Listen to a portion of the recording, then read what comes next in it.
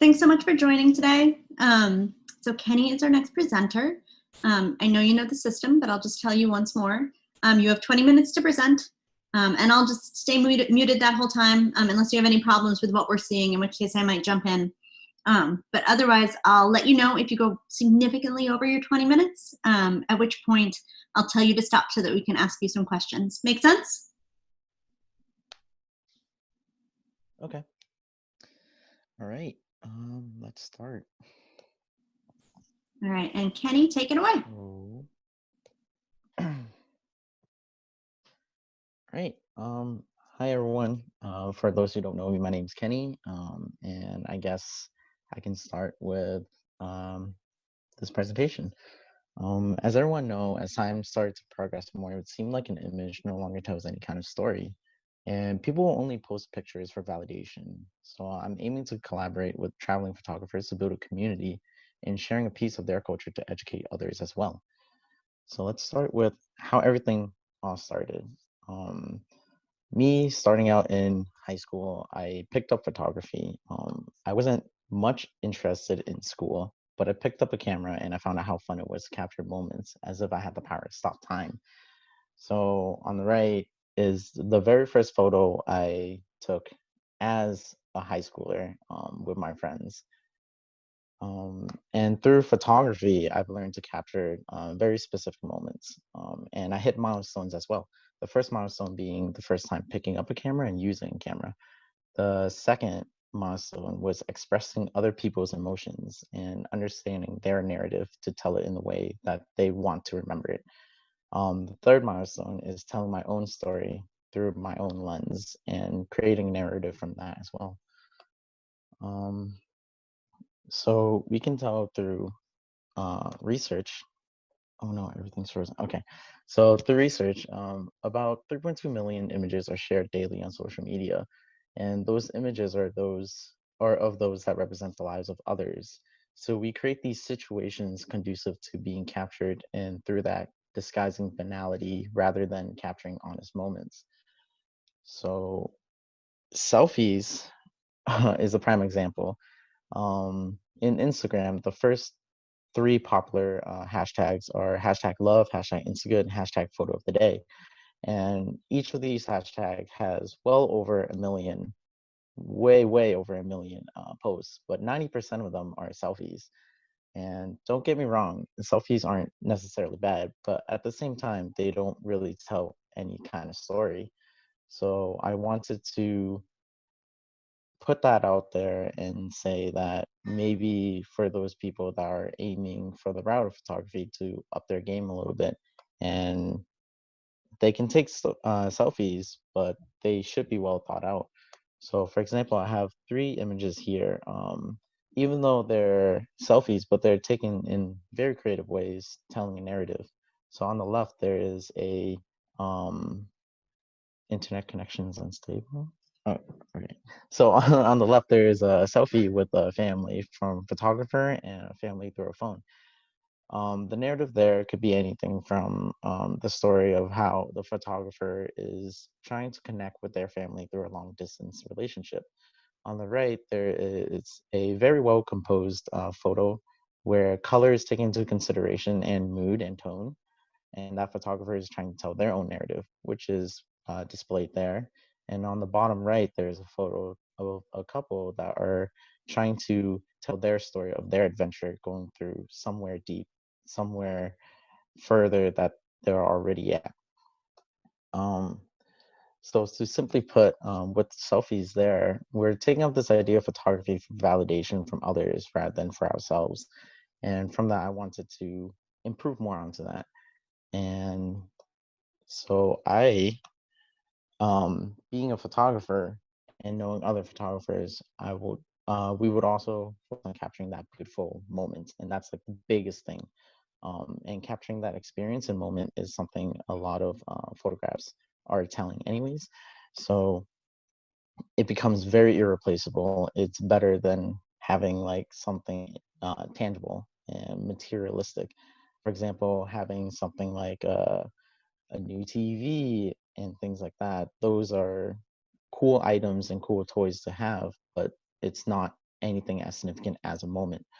So there's a short clip I want to show that talks about the gift of photography. And with the gift of photography, there is two photographers that talks about their experience about giving the gift of photography. So I'll have that play real quick. If my share computer still.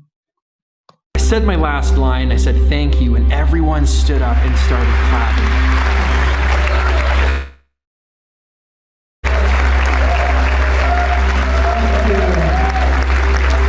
It's happening.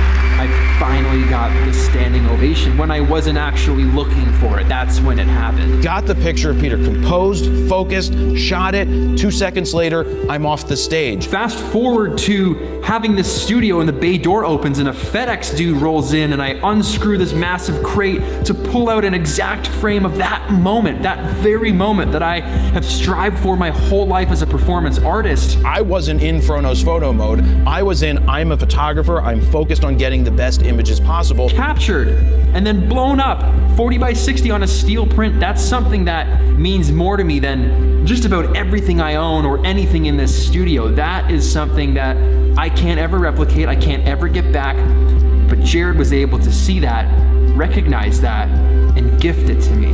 That is the gift of photography. The gift of photography is sharing and capturing an irreplaceable moment. So with that, what is the best way to learn and teach all of that?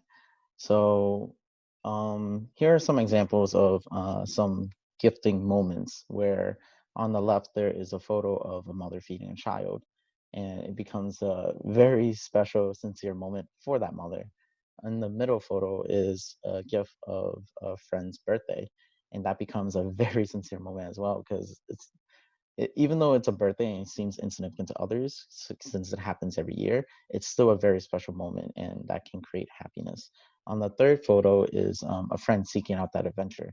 There are specific narratives to each of these photos, and I feel like if we're able to tell those narratives a lot clearer, then the way photography is as of right now can be improved significantly. So the best way of learning to create these narratives and to create these moments, irreplaceable moments, I believe the answer to be culture. Through culture, we can be inspired to create new things, listening to stories around the world, and experiencing norms that are not norms to us in the US or in the States, for example. So with that, I wanted to create a digital platform that can connect these photographers seeking for inspiration and to up their game in photography. So I came up with the question, how can I design an authentic experience for traveling photographers to learn more about culture? And through that, I wanted to show a platform where photography is going through culture, education, exploration. So the first one through culture is specific photos being shown of moments of different areas. So as the photos being shown between my friend and I, there is China involved and also Cambodia, and you can see how it's significantly different from just the way the tones of the images are being presented, and also you can see the different way or how the standard of social standings for everyone is in these couple of photos. So sharing a piece of my own culture with others, as well as learning cultures from others, is the biggest point for the culture concept.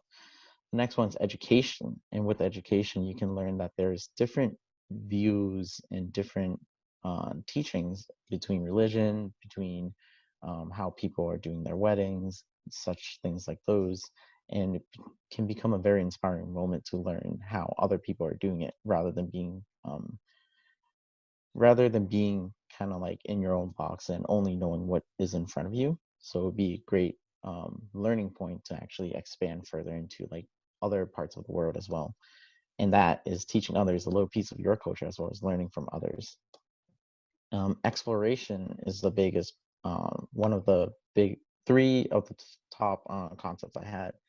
And with exploration, it can inspire photographers to be able to compose images that aren't really seen on the daily. So the photos are being shown and presented online and through social media. It's different, and in a way, makes photos more fun to look at, more more of an adventure to actually start observing and spark that inspiration, create some sort of creative narrative from your surroundings through the exploration of culture. So with those three, I wanted to point out Ralph Hattersley.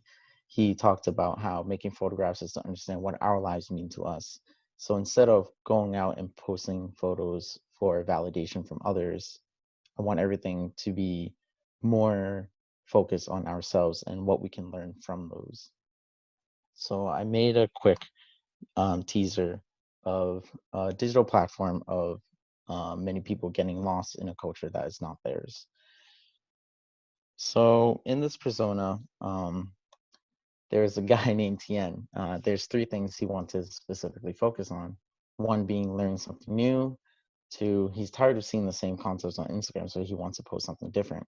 And three, he must improve technical and conceptual skills in photography.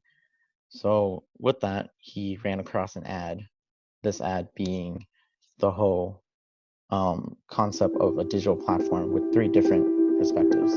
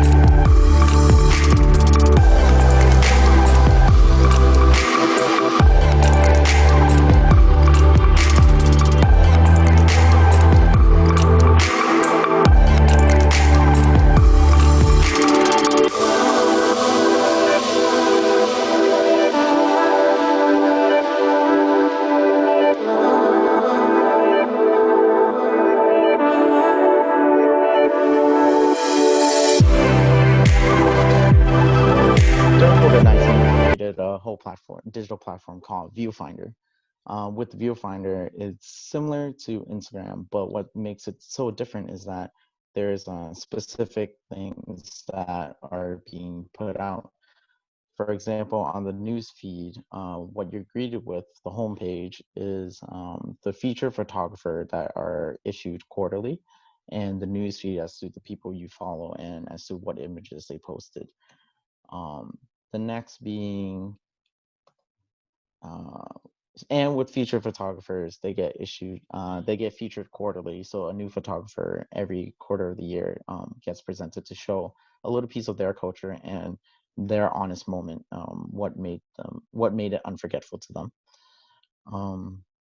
And so going more into the app, this is the preview page where they can actually view and see more into the app. So seeing the full photo and then seeing the technical skills as to the settings to the photograph and what's taken through that shot.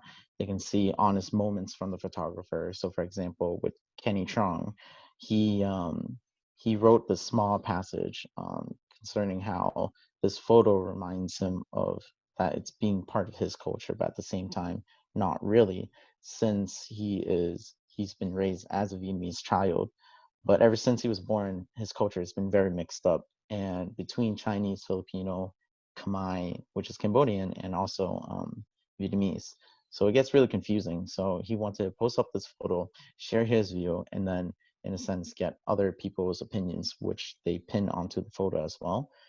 So, for example, here is Ryan Wong's honest opinions as to what parts of the photo kind of reminded him of what line dance to him was in the past, and he kind of goes into depth about that. So there's an educational feature and honest moment from the photographer for those specific screens. And then the next one is exploring a piece of culture that isn't yours. And with that culture, people can search up specific ones and learn more about each one. So for example, here's being shown a little bit of some fun facts about line dancing and how it's a form of a traditional dance in Chinese culture. and other Asian countries in which Performance Mimic Alliance movement. So this is kind of like the educational value where people can learn more about the outside world and rather than being confined into their own norms. So before COVID-19, I also planned on making this whole thing a physical print piece where there's a print piece of a photo book of each featured photographer, which I came out in touch with. And then there's also a print piece on the cultural, educational, and learning piece as well. But since COVID-19 happened, we can't really go through that. So I still want to present the photo book where they're featured quarterly. This one is based off of a photographer in Japan named Takamaru Hirai, and he was happy to give me some of his photos to use for this presentation. And it's a gallery in a sense for people to kind of go through and understand his, you know, kind of like his views as to what Japan is. And as you can see in the photos, it's vastly different from how it is in the States. And it becomes kind of like a very irreplaceable moment and inspires people that like seeing these scenes and they want to see more. So they would like to travel and maybe reach out and get in touch with Takamaru, which I'm sure he'd be more than happy to walk people, photographers around to, you know, check out these places. And that just becomes like a special moment. And building that community with Viewfinder, the digital platform, is just something people would love to do, especially myself, since I'm always craving that adventure. Like even in the past couple of days, I've talked to my friends about, you know, maybe going to South Korea this summer, but with the pandemic going on, we can't. So yeah, and that's my presentation. I guess I can leave you guys with a little piece of my culture of how we say thank you in Vietnamese, and that is "Cảm ơn." Thank you, guys. Awesome. Thank you so much. So Kenny, if you want to stop sharing your screen now, we can open it up to questions. Yay. Oh, I'm so delighted to see so many people here to support you. So please, you guys, if